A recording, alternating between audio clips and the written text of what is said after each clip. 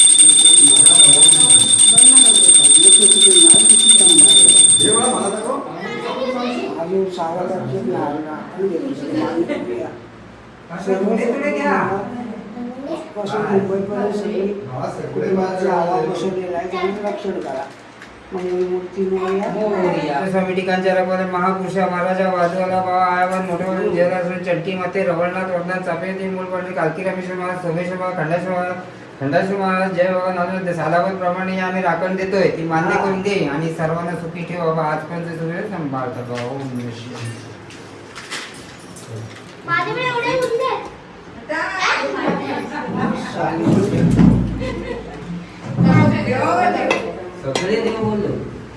हा कुठला नारळ आहे? कुलस्वामीचा पहिला कुलस्वामिनीचा. तर देवराच्या समोर जो पहिला नारळ फोडतात तर तो कुलस्वामिनीचा आहे. बाकीचे नारळ मग बाहेर नेऊन फोडणार.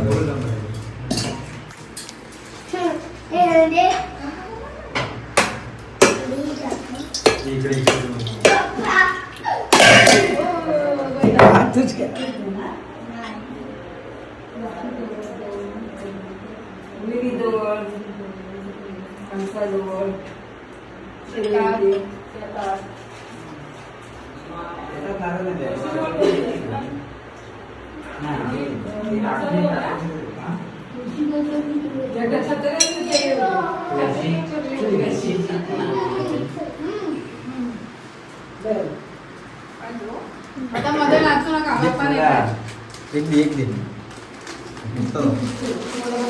हे नारळ आपल्या घरच्या मंडळींनी तुळशीजवळ आणि दुसऱ्या देवाजवळ हे सगळे नारळ नेणार आणि तिथे फोडणार.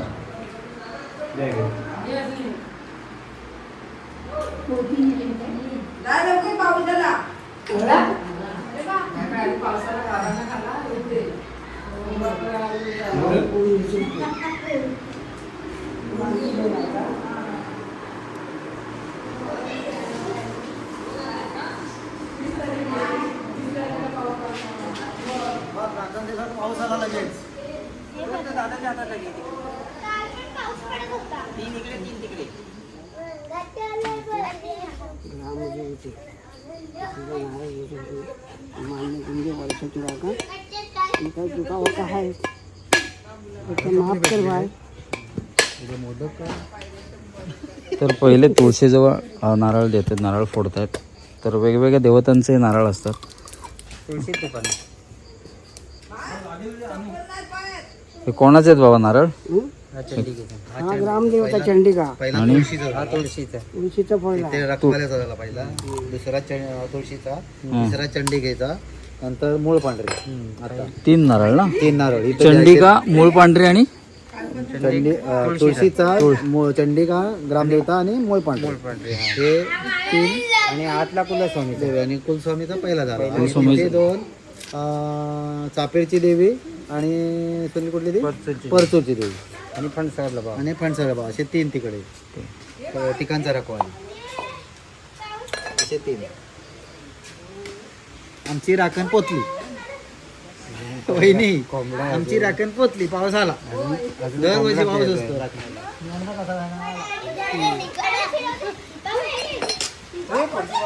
पाय पण माणसावी अशी भरपूर. आता युनिव्हर्सिटी कोणती करूया?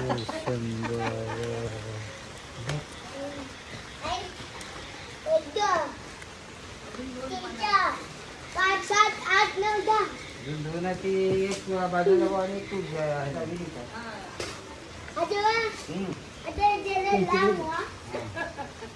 तुळशीजवळ 3 नारळ आपण फोडलेले आहेत. आणि त्यानंतर मग इथे आमचा एक देव आहे, फणसाजवळचा देव म्हणून आम्ही त्याला संबोधतो. तर तिथे देखील नारळ ठेवलेले आहेत, ते देखील फोडणार आहोत आता.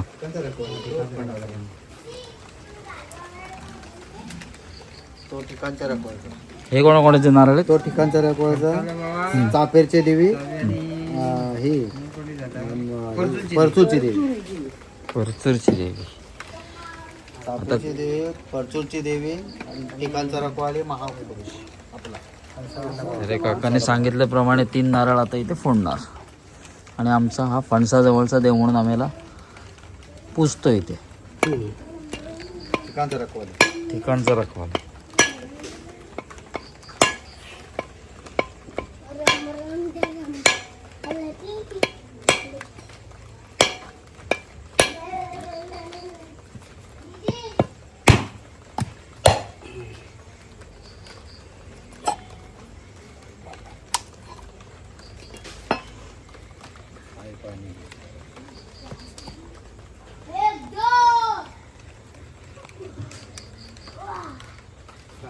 खुश आहे.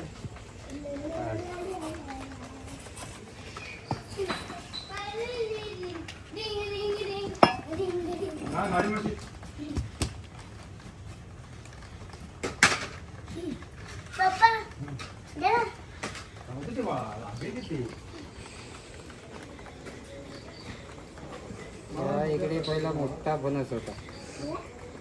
तिकडे ते फणस काढायला एक आला, वर चढला तर फणसाला चिकटून बसला. आजोबा गेले आणि त्यांनी नारळ दिला, तेव्हा तो सुटला. हां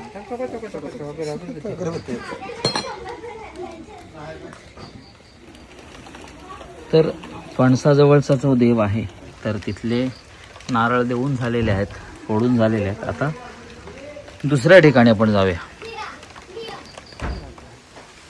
मान्य करून घ्या, सर्वच कुटुंबाला किती सांभाळायचं.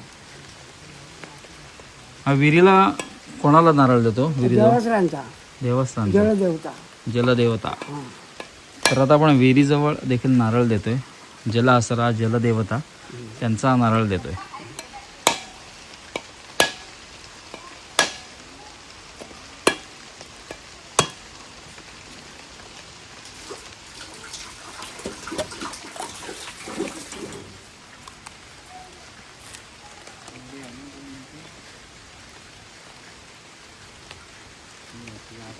पाऊस आला बरोबर. सर्दी वाचन नसल्यानंतर दरवर्षी आपला पाऊस पडतो. हो.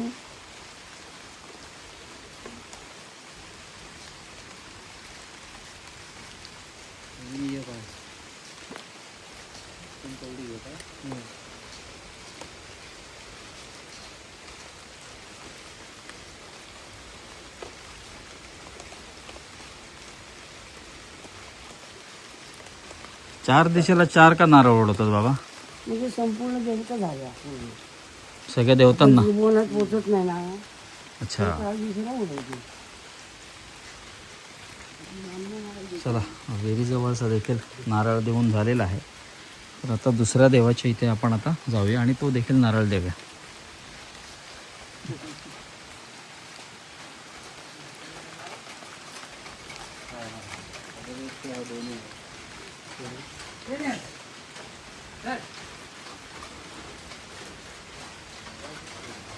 भावानी मोठी राखण दिली, संस्कार दिली.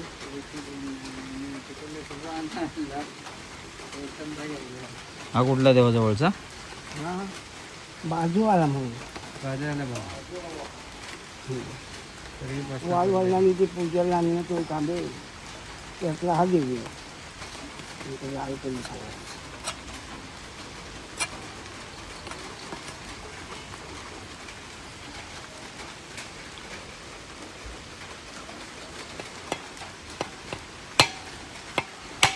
बाजारावर नारळ घेत आहे तुझा, तो मान्य करून घे.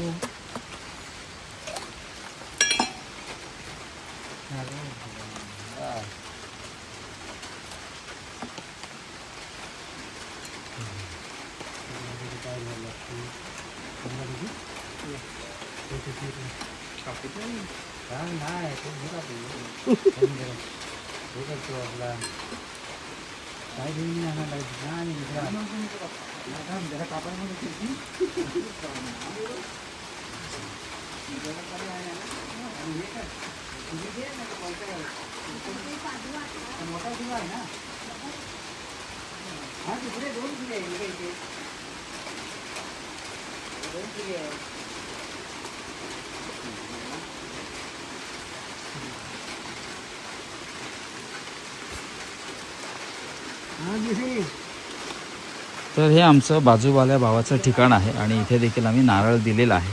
अशा 4 ठिकाणी आम्ही नारळ देतो दरवर्षी.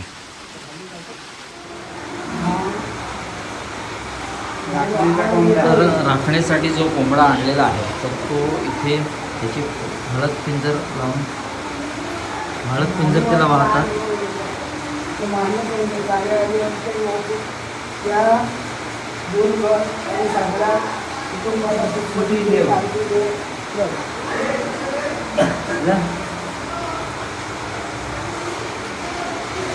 तर आत्ताच आपल्या घरातली मृग नक्षत्रातली जी राखण कशी देतात ते पाहिलं.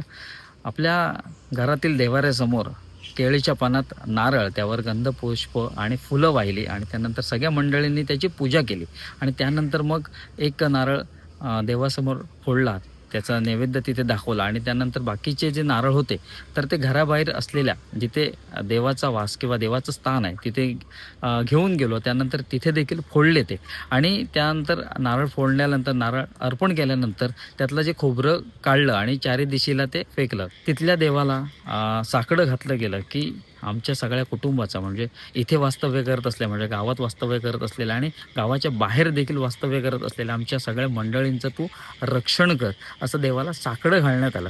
साधारण एक 4 ठिकाणी आपण हे नारळ दिले गेले आपल्याकडून आणि त्यानंतर मग साकडं देखील घातलं गेलं.